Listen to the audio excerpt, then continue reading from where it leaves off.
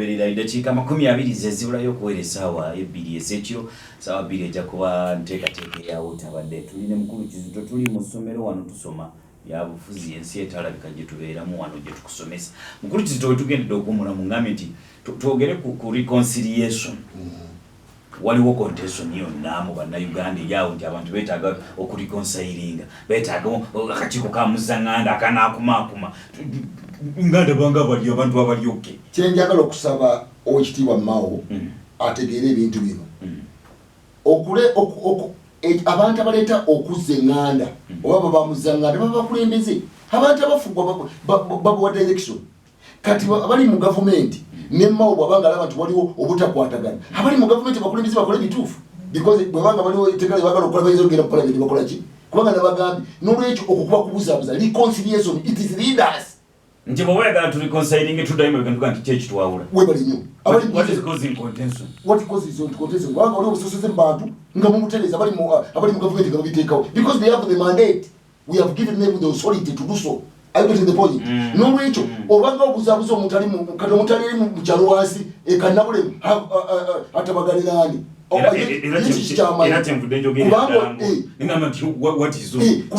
omuntu ali mu kyalo banga nti waliwo obusosoze mu gavumenti abaliwo balina okutereeza tiwali muntu mulala bwe bagamba nti oba waliwo obuli bwenguzi abali mu gavumenti batereeza there is no need to discuss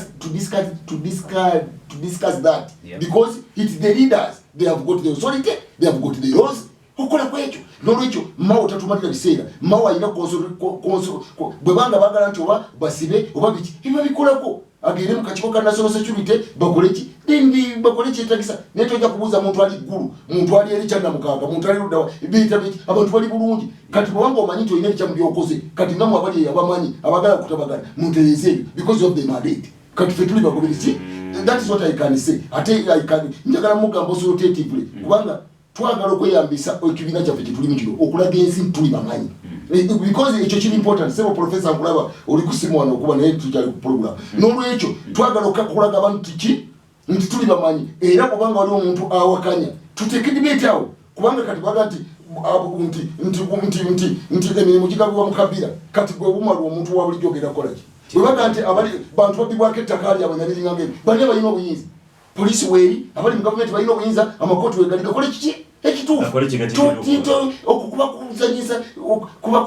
kwetolooza bwetolooza abantu n'olwekyo bakole ekituufu ebya reconciliation balina obuyinza batereeze ebyo kubanga olina twagenda gavumenti neyagenda okujja waliwo obusosoze abantu balowooza madini ebiringa ng'ebyo ani ebitereeza gavumenti befuna obuyinza in fact president Museveni yali ng'akola interview twali naye mu lubiri nga interview yasooka okutuuza nga twakawamba gavumenti mu lubiri ku mulyango wali ng'oyingira mu geti mu ndeeba awo twatuula ng'ogwo omuti we twatuula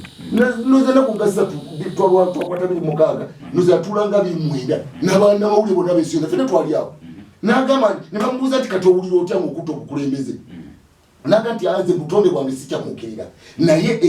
kyendi omumativu kyendiko kati kyendinamu obumativu kiri nti okuva edda nedda ebintu byonna byonna twagala okutereeza tumaze okufuna mandate egenda okubitereeza era watandi kubitereeza okukikwata abakazi ekibba abantu ekitta abantu okulooleza madini nebigenda nga bikola ki kitegeeza ki ndowooza abantu bantegede bulungi n'olwekyo if you have the mandate you have the instrument of power you have the power you can work on that one not sikudda kuleeta birowoozo muteeke ebintu mu ddiiro tugende mu maaso olikurajja obudde omuntu wabulijjo twogere ku bigambo bya minisita Okello Oryem Amini okugoba abayindi mu 1972 was it an evil act? If it was evil for this country, how much evil was it? Kati okusooka kyali kibikwenkana wa okusooka njagala okutegeeza batuwuliriza era is there a precedent ngabo yaganye nti tekisoboka era tekiriddamu kantegeeza batuwuliriza nze njagala kwogera nga njogera kwa Amini kubanga abasirikale ba Amini zibatakitanga ensoboka n'olwekyo ndi wano siyogera nti kubanga nti am apologist wa Amini naye njagala okutegeeza basebo ne banyabo Amini ogoba abayindi tulina okwebuuza lwaki Amini yagoba abayindi Amini yagoba abayindi kubanga abayindi bali kubanga bagamba nti abayindi bali baganti bali bakutte ebyobufuzi ebyenfuna ebyenfuna n'obusuubuzi ekisooka Amin yagoba abayindi bali bamamidde ebyenfuna mu Uganda nga balina ebyenfuna ebitundu 9 buli 12 mu ngalo zaabwe ekyo kimu ekyokubiri abayindi ne bagaana okufuuka bannayuganda kubanga abayindi bajja wano mu 1897 nga baze kukola leero ne basigala wano kati abangereza ne baleka abayindi mu mawanga gano agaali teganyafuna independent babenga baagenti baabwe kati muli bali si batuuze nga era bakola nga tuli fena twale lya Bungereza kati abayindi ne bagaana okufuuka bannayuganda kati mu myaka gya 1960 n'ekintu waliwo debate yali mu East Africa nga abantu baga nti bannange bwe tuba twafuna ogwetwaze ng'ebyenfuna byaffe biri mikono gy'abayindi kiki ekigenda mu maaso ate ng'abayindi baganye okufuuka bannayuganda ng'abayindi bakoze ebitabo bya mirundi 2 bakoze ekitabo ekimu kiri mu Luzungu ekirala kiri mu Lugulati mu lulimi lwabwe lw'Ekigundu wano bye bawandiika wano ne bajuza eno emisolo bawa mitono sente nga bawala zifuna bazitwala mu Bungereza kuzimba Bungereza okiwulidde era Kenya mu 1967 nekola etteeka erigamba nti atali munnansi abanga yagala okukola omulimu afune waka permit mu 1967 1968 abayindi abali mu Kenya era waliwo enjogera egundi ekigamba nti ne baga nti ezali exodus ne bava mu Kenya ne baduka ne baddayo mu Bungereza nga baganya okufuuka baki era mu myaka gya 1987 Kenya neteekawo ekirangiriro ekiga nti abayindi bonna bagenda kukwatibwa naye lwaki abayindi baagala kubanga abayindi baali wano nga tibazimba ggwanga lino era Amin njagala okubategeeza basebo ne banyabo tiwali muntu mwoyo gwa ggwanga mwoyo gwa Afrika nga Amin Amin singa tyakuba abayindi singa tuli mpunga byoya I want to put this nothing nzija guwuliriza kati abayindi baali wano nga bamamidde buli wamu sente nga bazizaayo mu Bungereza tibaziteeka wano bakola ebitabo bimeka omusolo nga batuwa omutono ate sente zaffe nga bazitwala luddawa Bungereza kati kanziremu mbagambe najja ne mbagamba wano nti waliwo kagezi munnyo ow'ekyasa bamuyita Liketi Samuel Liketi professor wa Equity yawandiise ekitabo the capital in the 21st century yagati mu byafaayo by'ensi yonna ye professor yabuzibwako mu nsi yonna kati kubanga babalankinga buli mwezi mu nsi yonna ali ku kifo kya namba 4 tiwali mugwira yenna foreign investor yegazimbiko ggwanga gyageza okuinvestinga nti tewali mugwira yali avuga agenda okusinzira nga ye yebuzibwako ku byenfuna mu nsi yonna najja mu ggwanga tiwali foreign investor yali agenze tiwali mugwira yali agenze mu ggwanga lyonna n'alizimba okujjako ng'afuuse mutuuze w'eggwanga eryo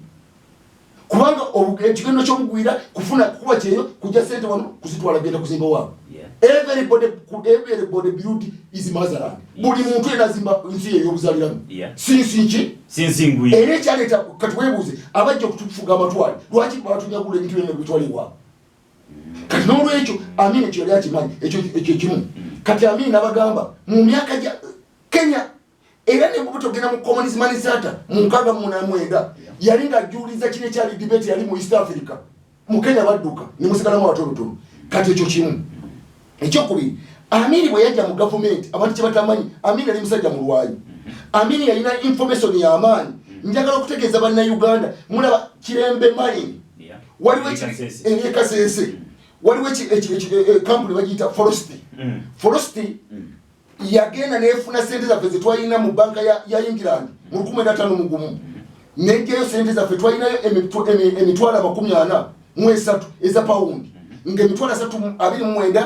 329.3 nga za cotton nga emitwalo 13.9 nga za mwanyi nga ziri mu kitongole kyaffe kye bali bayita Colony Development Corporation ekyava mu Uganda Development Corporation oluvannyuma ne beebula sente ezo nga bayita mu banka ya Bungereza ate abo ekitongole ekyo nga bakesi CIA agents ne bazeewula mu banka ya Bungereza ate ffe ekitongole kyaffe ne kibagarantinga ne bajjayo $, pound emitwalo 10 million 12 ne bajjayo bateeka Kirembe Kirembe mayini nga bajjayo copper ne cobalt ne bafuna n'ekirombe kirala kiri tololo nakyo ne bakikola ki ne bakiteekateeka ne bagenda kusunsulira kopo oyo wali jinja kubanga wali ekirombe kyaki ne banyaga eggwanga ekopa Kirembe mayini twatuuka okumina okenda okukwata gavumenti ng'abasajja abo ng'ekikolombe ebintu ebivaamu nga babitwala mu Amerika Mungereza nga byabwe Uganda tina kyakola ki oyo investor kati Amin agenda okujja mu government lwakuba abantu tebakimanyi yasoka goba basiaye kitongole kya forestry company yasoka goba mu 7 mugumu yakwata government mu 7 mu January yabagoba mwezi kwa mwenda mu 7 mugumu because Amin ya information nti abantu bano baze kutunyunyunta babbi gwanga bali mazeo nabagoba twali yali abogeddeko kati n'olwekyo Amin yagenda okujja nga musajja mumanyi ayagala okutegeera nti Amin ensi yonna yamukakasa nti mwoyo gwa Africa era yakakasa okuddiza bannansi ebyobugagga bwabwe genda mu ansari za parliament ya Kenya mu 1972 Martin Sikuku yamira mu parliament nagati wali mwoyo gwa ggwanga tiwali mukulembeze mu Africa yenkanankana Amin addiza bannaggwanga mali yabwe mu ngalo zaabwe berwaneko bekulakulanye era Kenya nekola okukyusa n'okuteeka okukwata kwagwira ng'asinzira kwa Amin Martin Sikuku nejeje kalyoke n'olwekyo omuntu adda wali n'alimba abantu nti Amin ogoba abayindi bali wano banyunyusi kubanga abayindi bali basigadde nga bagenti b'Abangereza babafuzi b'amatwale nga sente zebajja bazitwala luddawa n'olwekyo omuntu ayagala okugamba tugende mu Kenya abayindi bazimba ki mu Kenya tiwali bali mu countryside nga banyaga bunyazi bintu batwala luddawa n'olwekyo abayindi bwebanga bali bagala okufuuka bannayuganda abatuufu lwaki bagala okufuuka abatuuze ne bafuuka abatuuze era Amin yabagamba mu nnaku 9 ayagala okusigala mu Uganda afuuke mu Uganda atayagala kola ki atambula agenda kati n'olwekyo omuntu yenna agamba nti Amin yayamba bannayuganda okutegeera business era Martin Sikuku mu parliament yabo mwezi ogw'omusanvu kubanga yabagobanga ennaku z'omwezi 4 omwezi ogw'omunaana 7 naye Martin Sikuku mu mwezi ogw'omukaaga mu 7 yagenda mu parliament ya Kenya n'agamba basaba tuyise ekiteeso ekitendeeza Iddi Amin Dada ng'omu addisa bannayuganda ne bannafrika okukola business n'olwekyo Amin abantu balina okulimbalimba nti Amin ayinza okukola ebyobufuzi bamuzanya bekkono naye Amin yayagaliza bannayuganda Amin yatuyamba okufuukamu waddeko kubanga abazungu ne batuba ssente zaffe kati ayagala okutegeera ekyo era okubokode kukoba mu structure adjustment program mu 1992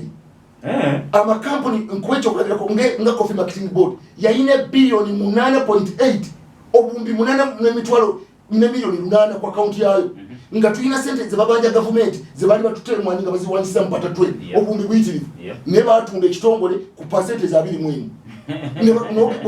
bwogenda n'otuuka kuki n'otuuka ku nteekateeka yaki y'ebyokulima twalina wano ekitongole ekyagulikalico ekyali kikola ku byokulima nga kitongole kirina amafactory gakifagaki kyatundibwa ku sente zitaliiwo kwegamba naye nga abantu kampuni bazikolera mu bazungu balangira eri wabweru kati n'olwekyo nze ndowooza Mao abagala okutegeera batusaanyawo structure adjustment program abantu batunda bawaayo amakampuni babba ebyobugagga by'eggwanga nga baga nti batunda amakampuni tukulekulane n'olwekyo obulumi bwe tulina baleme kwekwasa nti Amin ebisinga teyabikola twogera mazima enyonyi yazigula buli kimu yakikola kati n'olwekyo buba bulyaza amaanyi bw'amaanyi nga nze Kizito Nsuga yasoma ensatalabika omusajja amanyi okusirika nitwogerera muntu ebirungi byakolera eggwanga lyaffe kubanga ekyo kigenda kujjawo abantu okukolera eggwanga lyabwe nga bamanyi nti tewali bali ba appreciate abali basiima nze lwabadde nti Amin yatakitanga newandibadde Amin yalina ebizibu ebyali byabufuzi that is power ekyo nkitegeera naye mukole Amin tewalina bwe yazimba nyumba nagendeko yalina obusiisira talina akawunti yona yalina wabweru kati yali mwoyo gwansi oyinza okugamba nti Amin wali wayinza omwogerako singa Amin singa abantu radio singa weziri Amin yayamba eggwanga lino n'olwekyo abantu abo mujje wange musandisene because you have record tulina ebiwandiiko kati bino twogedde lwaleero babyogedde juzi obadde oyagalagana bitegedde lwaleero mbwedde mbimanyi nganzo amanye ebyafaayo by'ensi yange olikurati obudde oyo omuntu wa bulijjo eddakiika ziri 7 zezibulayo kolesaawa 2 ez'ekiro ekyo mu luzungu si kyebagamba nti history will judge us. That is it. Era sebo kamalo gamba ndi mwetegefu okubaganya n'ebirowoozo n'omuntu yenna kabe professor kabaani ku nsonga za Amin era bagala okunoonyereza kwa Amin nti ali mwoyo gwa Africa eyakola ebintu ng'akolera eggwanga lye kubanga omuntu omutunulira ebintu bibiri kyekyo kye ndagamba nti how do you judge a leader otunulira ebirowoozo by'omukulembeze n'ebyakola kati banne batta abantu naye kukwagala ensi nga kiri nti this is my motherland okwempawalinga abantu nkuluma kyeyagamba nti afadhali katukwate obwetwaze tutagale tukole ensonga nga ffe twekufuga mu kifo ekyokufugibwa abazungu nga tuli kuba tuli bone naye nga batunyaga bunyazi oli ku radio budde omuntu wa bulijjo noti 752985 ne noti 78M 5172228 kirowoozo oba kibuuzo byonna tubyaniriza radio budde wangi nawe bali kuwuliriza. Nkulamisa bwana Tova. Weewaawo.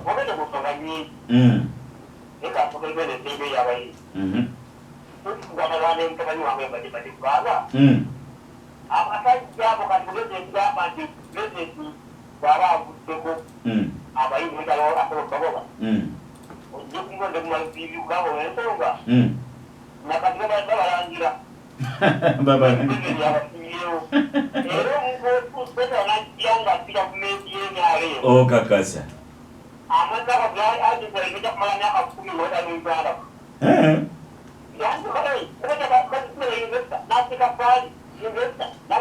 Abajja kubba gwanga naawe. Kale toyanziza Tova.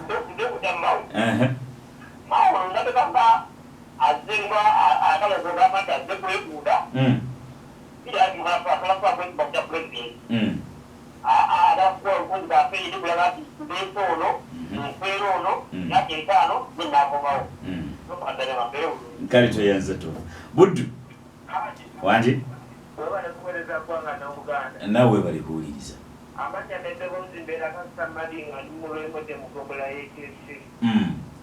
Kakati ate zengenda kwogera ku nsonga ya Mao. Bannayuganda tuziikiriza nnyo ensonga ya Mao ng'ate Mao tutukira si asoose okukola ekintu kino.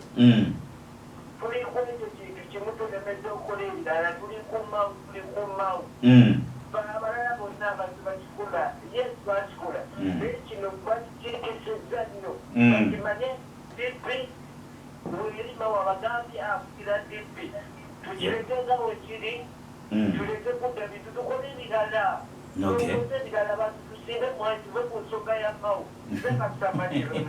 Kale toyanziza. Buddu. Yes, twesimye okuwuliza isimu. Weewaawo. Kale toyanziza. Buddu. Wanji? Nawe bali kuwuliriza. Tokuwulira we bali kuwuliriza. Eddoboozi ndowooza lyeri kukimanyi naye nze mbadde nkuwulira. Buddu. Wanji? Nawe bali kuwuliriza.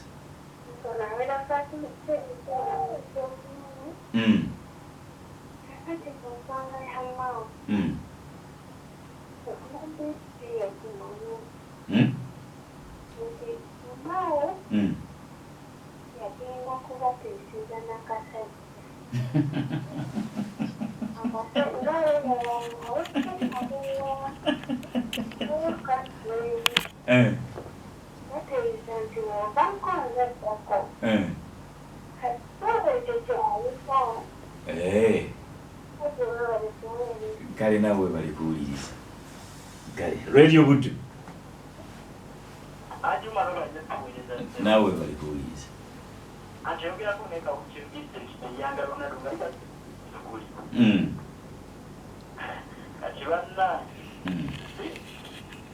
Wanji? Ate olazeewa network ekukoze etya Buddu? Wanji? Muli mutya eri Antoni?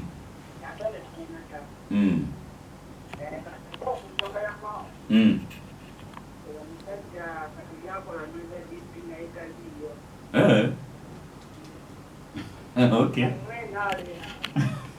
Okay. Atugumaza.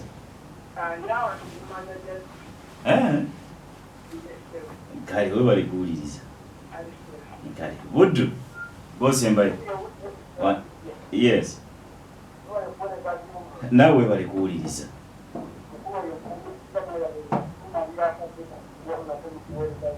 Weewaawo.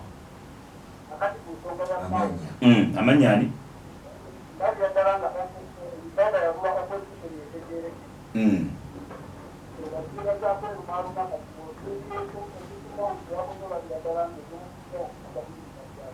Okay.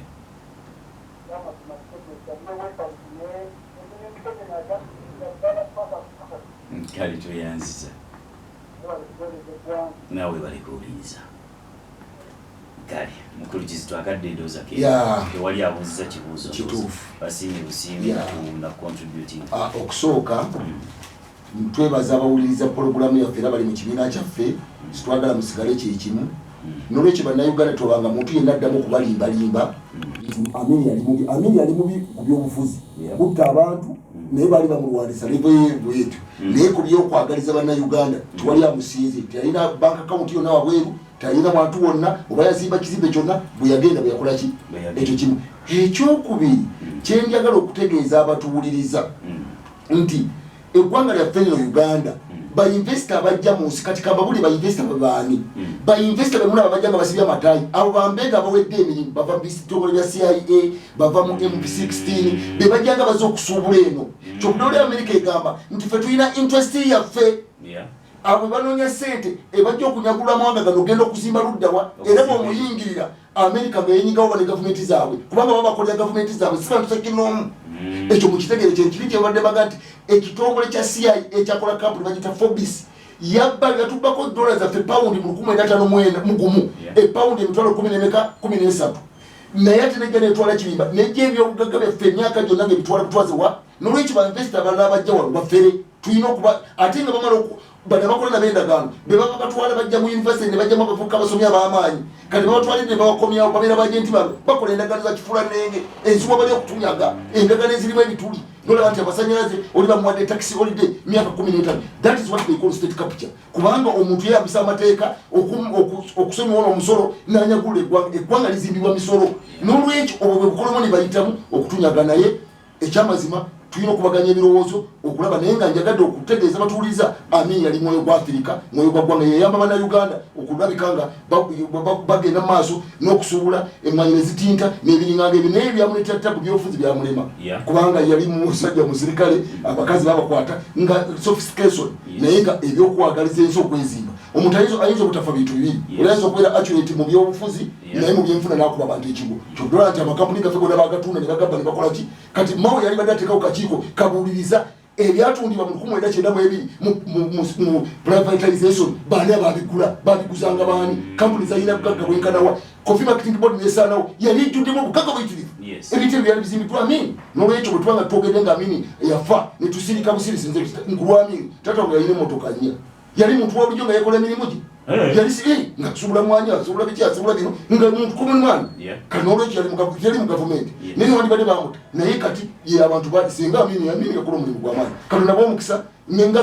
Gaddafi naye ebyobufuzi byamugakono n'ebyokulakulanya abantu yakola ki yali mwoyo gwa Afirika katonda b'omukisa musule bulungi ntumira nnyabo mangalita Salongo bazanyi n'abatuuliza nesebo ne Meja Kaddu mu bulemeezi bamwe gwa ggwanga mu gwe 12 tugenda kuba n'olusirika lwa wiki namwe tupaganya ebirowoozo okulaba eggwanga lyaffe ligenda luddawa sitwagala kuba mwaganye bana beefula nga bagezigezi nti bekwekera embizemu okupangapanga ebintu nga baloza tubalaba ffe kubanga tutegeera ebigenda maaso katonda b'omukisa musolungi basebulira oli ku radio buddo y'omuntu wa bulijjo bwetto bwe tulabise tulindula okubira olujjanga mukama tuwadde omukisa n'obulamu okubeera wano wootabadde yeddako ange ajuuma lumbagaliza kusula bulungi mwera